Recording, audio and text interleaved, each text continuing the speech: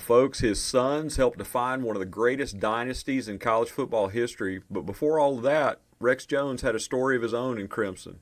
From playing for Wimp Sanderson to raising three sons who would all wear the script A, this is a story about legacy, faith, and what it really means to be a father in Alabama.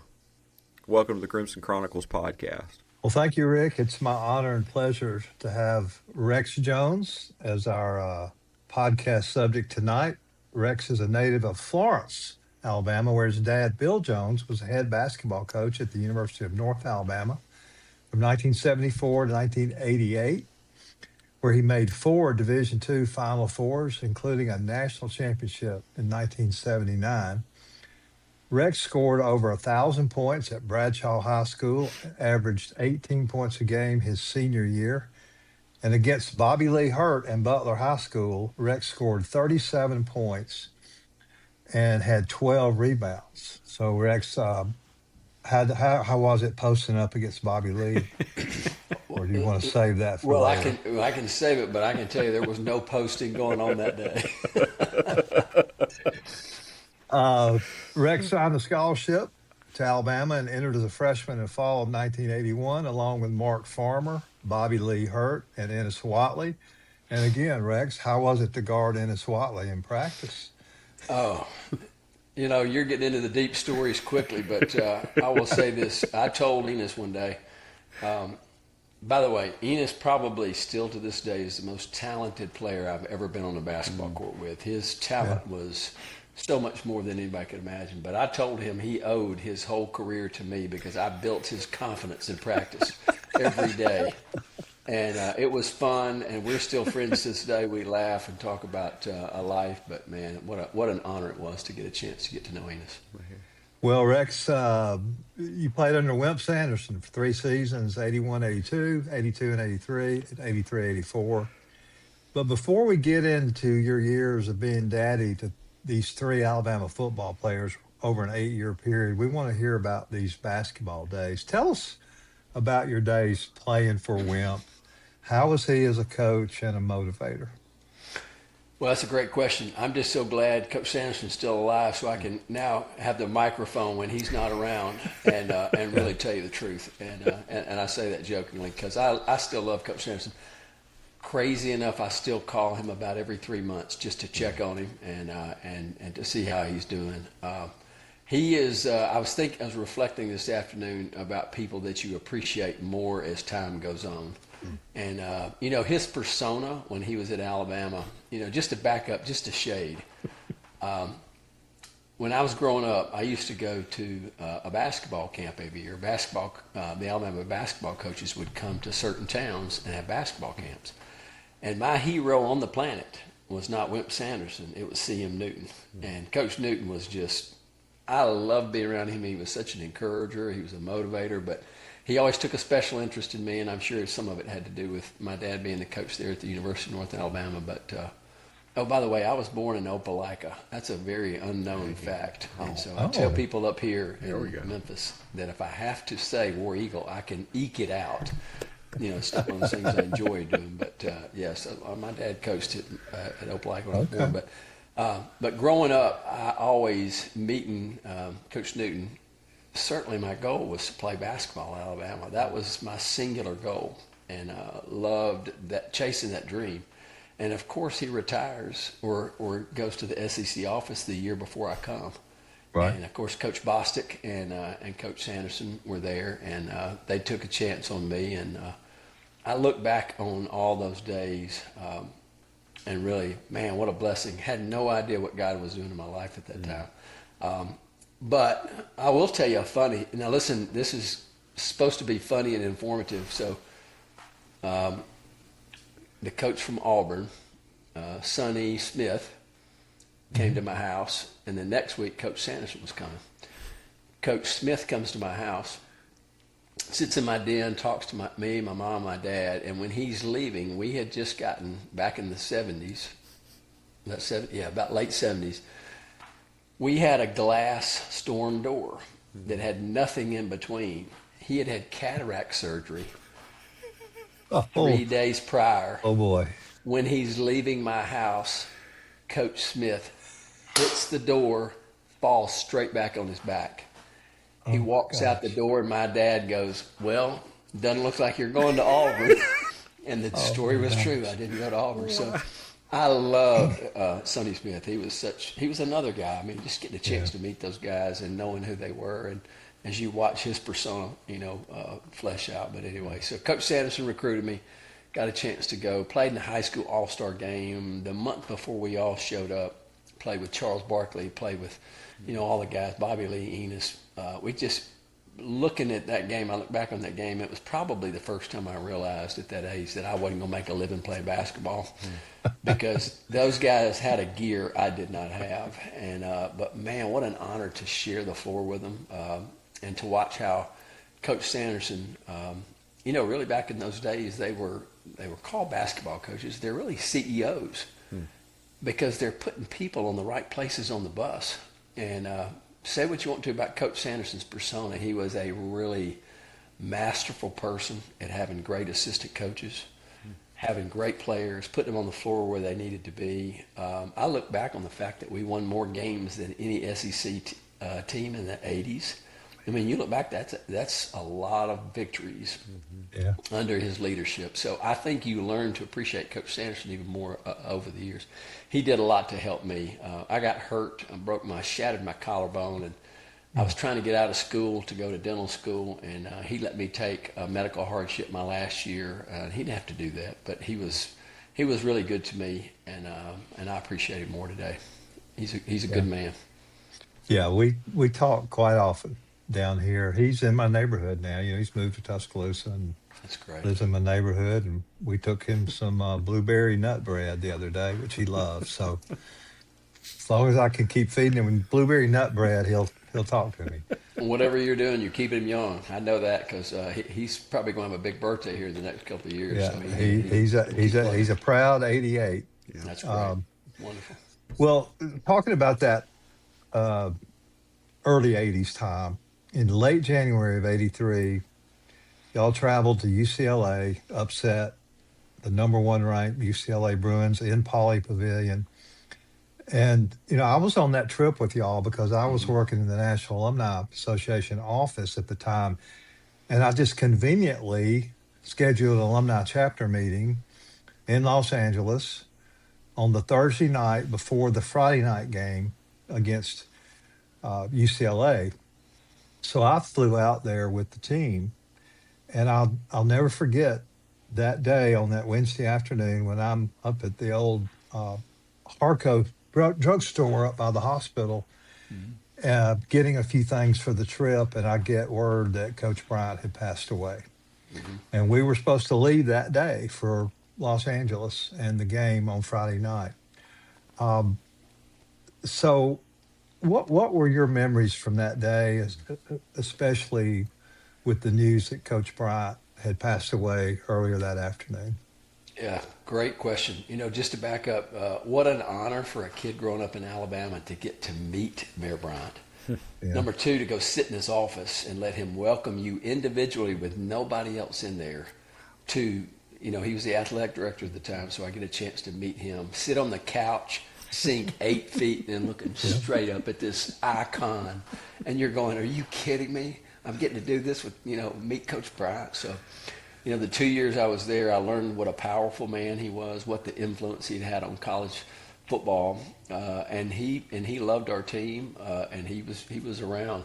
The day he died, I will never forget the picture you painted was. We were all out on the floor, and we were practicing before we went to go catch the airplane in Birmingham. So we would take a bus to Birmingham. yeah. Within the hour, we're going to go get on a bus to go to Birmingham. And we looked up in the top of Coleman. And at those times, Coach Bryant's office was in Coleman, in the very top floor on that northern section of that deal. And I'm not kidding you that women that worked in those offices came out of those doors up there and began to wail and cry. And we stopped practice to look to see what was going on.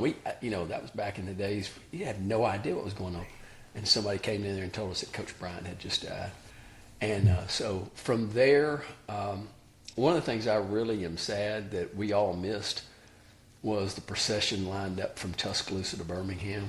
You think about the impact that man had on people. He was an investor. Coach Bryant was an investor. He invested in those guys. Got a chance to eat with him a number of times in Bryant Hall, and he didn't care that we played basketball. He was always just asking questions about who we were and, about sports and teams. But I think about the fact that his impact on that university and really not only the people that he coached, but thinking about the kids of the people that he coached and the heritage and legacy. And I've gotten to know Mark Tyson very well. He's actually one of my friends. I talk to him probably on a weekly basis. We sat together for 10 years at the Alabama football games. And so we talk about a lot of that stuff of just the impact that Coach Bryant had.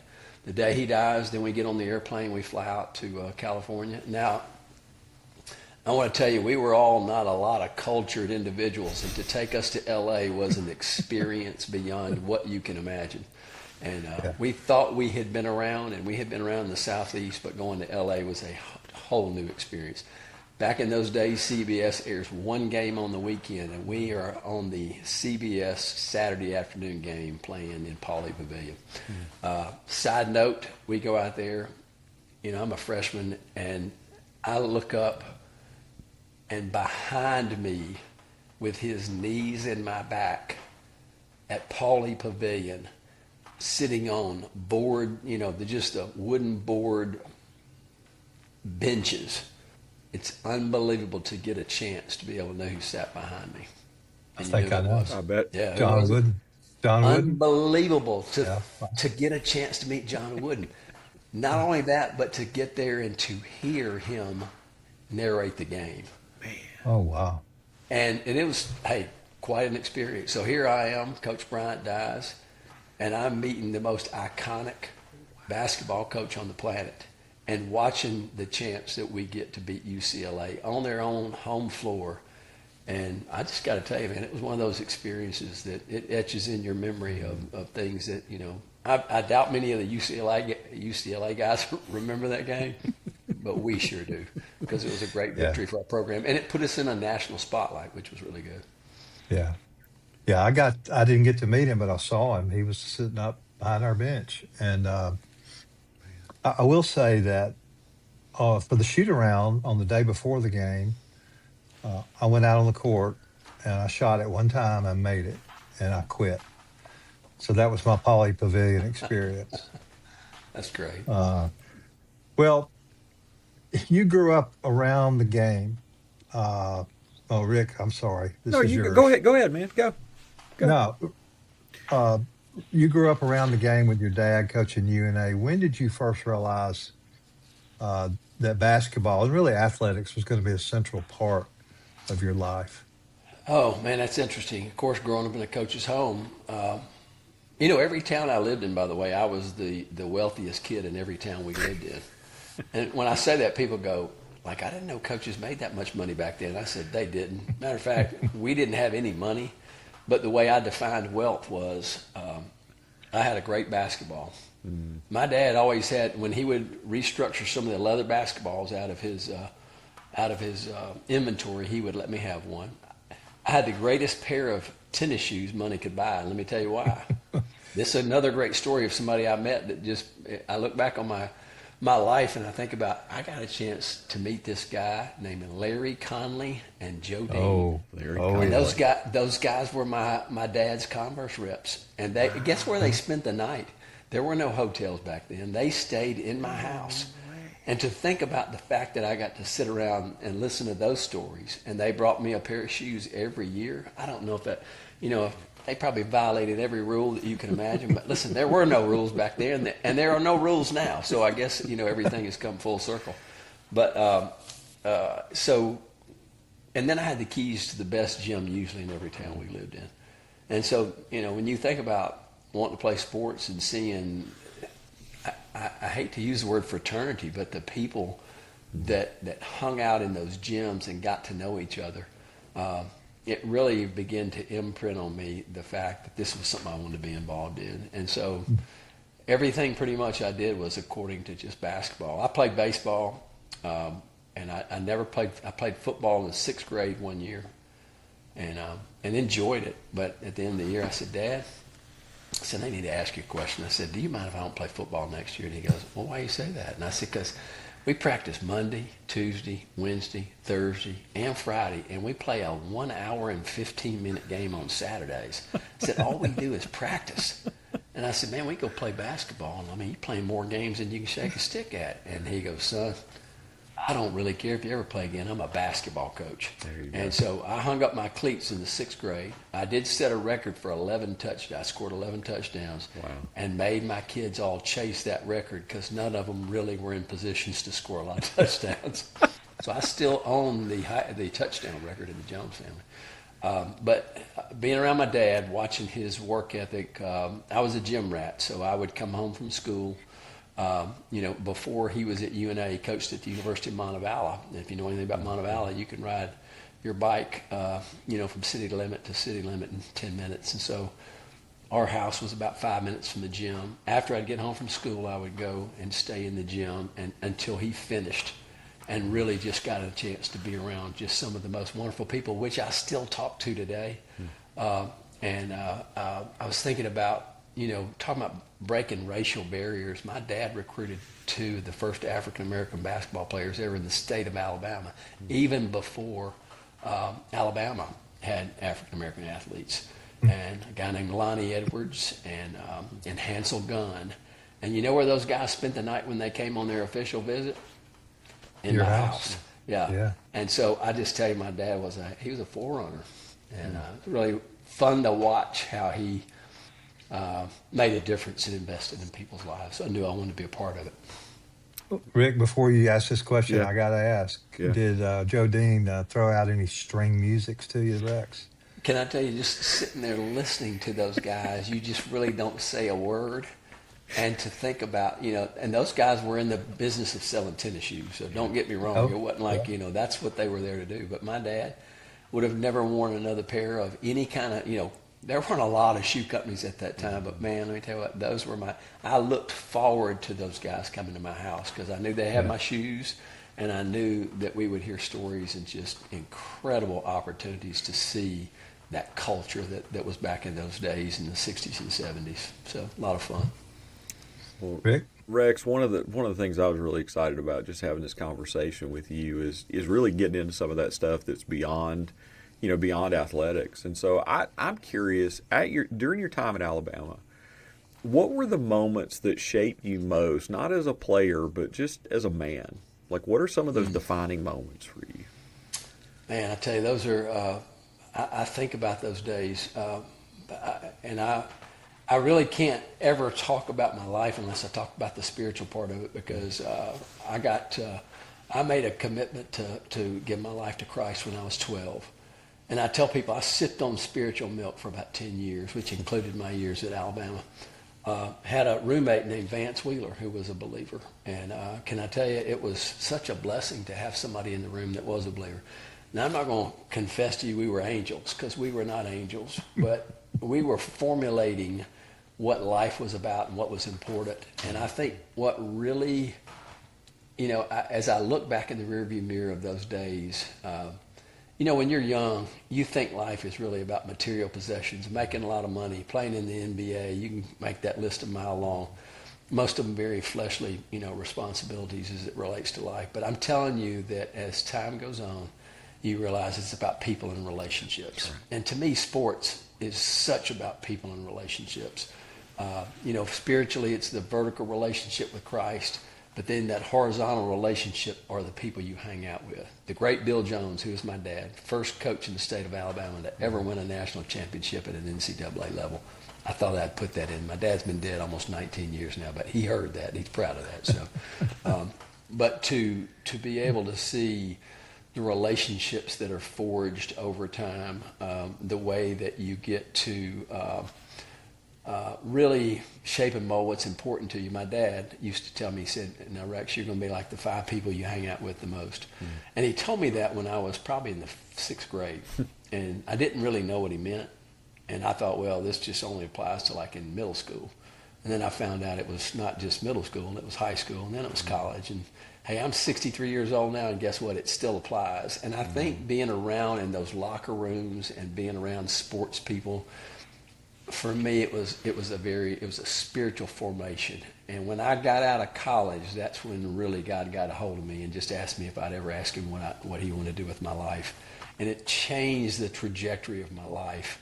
But I don't think I would have been ready to do that had I not had the experiences at Alabama. I've had a lot of people ask me, would you have rather gone somewhere else where you could have played more? And I go, not in a million years. I wouldn't trade those years at Alabama for anything on the planet. I met Tommy, when I was a freshman at Alabama, and I feel a little bit like Forrest Gump because I'm just in the right places at all the times to meet so many incredible people in this sports world. And then I moved to Memphis and I meet this guy who's my Sunday school teacher, and his name is Dr. James Sexton. And he really worked with me and my wife for the first 6 months we got married. He became like a second dad to me. And I found out he's got this knucklehead son that's my age that I meet 40 years ago, and his name is Jimmy Sexton, arguably the most powerful man in college football, and he lives next door to me. Are you kidding me? The people I've gotten to meet with him, unbelievable. The greatest thing about being next door neighbors with Jimmy Sexton is that when his quarterbacks are holding out on their initial contracts, they come live at his house. And so I have spent more time with Tim Tebow.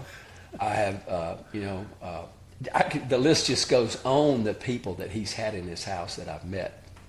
And, just watching my dad, being around that community, watching, the people at Alabama, people and relationships are really the bottom line to it. And I think it helps you form your faith, and I think it really helps you then figure out who you want to be and who you want to model your life after, I can tell you the first time Larry Connolly ever came into my house.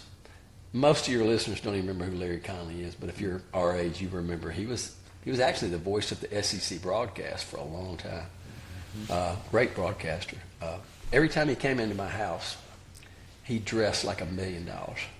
And my dad, every time he left, he said, "Son, I want you to take note of that." He said, "I want you to always know you always be presentable and dress for success." I was thinking about that. Man, I didn't really know what that meant then. And I'm just telling you the small lessons you learn in sports and athletics and work ethics and how to treat people and how to work with other people and how to respect officials and how to be a good teammate. Second to none. Rex, something you said just really resonated with me, and I've been marinating on this idea for a while, just in leadership development.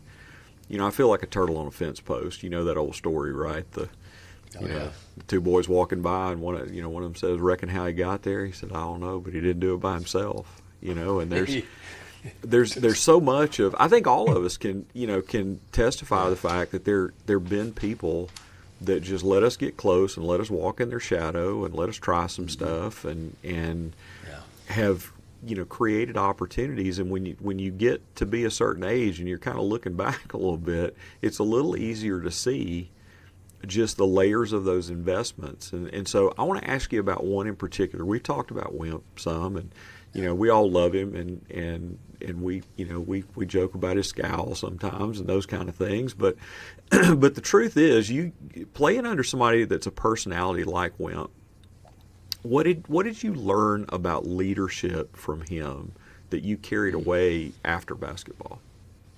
That's a great question. I think about that sometimes. I remember, being in there with guys, Benny Dees, who I know y'all remember was an assistant. He was the head coach at Georgia Tech, came as an assistant after he lost his job there. Benny Dees was a master X and O guy.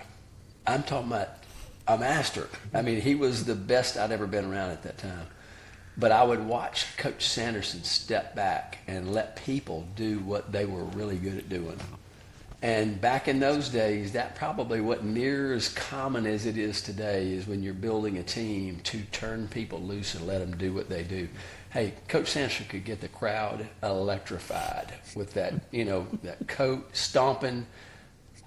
I'm telling y'all that we're up at Penn State playing one time, and Coach Sanderson jumps off the floor still at whatever age he was at that time. He comes down, he hits the floor. There's water on the floor. It was that gym floor at Penn State was probably built back in the late 1800s, slick as snot on a doorknob. And I'm sitting on the bench, and he hits that thing and falls, and he's looking straight up at me on his back, tore a hole in his pants. And I'm going, man, this guy knows how to electrify people. We're down by like 10 at the point, and we end up winning that game because he knew how to get people motivated. He was a motivator. He was a persona. But he hired people to do their jobs, and he let them do them. I think about the players he recruited, and listen, I don't think it's a miracle for anybody to know I was a role player. And my job really, when Coach Dees walked in the room, he'd hand me a stack of about 6 papers and go, hey, by tomorrow you need to run this other team's offense on the scout team. And I'd go, hey, Coach, one thing I'm gifted. I know how to read. I'm a coach's son. So the next day we go in and everybody plays their role. But that's what it took to have really good teams. And I learned a lot about that. I learned a lot about that from Coach Sanderson. In that he didn't have to have the limelight all the time. Although he was a big personality for the most part on most days. Now y'all have seen Wimp at his lowest, and there were times you didn't. Listen, there were times you wanted to take the long way to get to the locker room, and albeit that's probably the life of every coach. But he knew how to put people in the right place and let them do what they did. And he wasn't the most fun guy. I think he hired good assistants that knew how to keep a bunch of crazy young, 18, 19, 20, 21-year-old kids in line. He wasn't the disciplinarian, but I got to tell you, man, he knew how to coach. I got a quick Benny Dees story. Yeah. When he left Alabama and became head coach at New Orleans, we actually played them in '87 in Birmingham. And the other game was Providence and Austin Peay. And Austin Peay almost upset Providence. Well, Providence won, and we ended up getting shellacked by them in Louisville that year. But Benny Dees came out in a plaid coat. That's so good. Out of the locker room in respect to Wimp. And it was awesome. That's amazing. That's so good. I called Coach Dees, I don't know if it's been 4, 5, 6 years ago. I knew he had some declining health issues, and I called him, but he remembered me, and he remembered a lot about those days. And we sat and talked for about 10 minutes just about that. And, guys like that were investors too. And, all of them, they weren't perfect by any stretch, but those guys loved doing what they were doing, and it was contagious. So we had a lot of fun.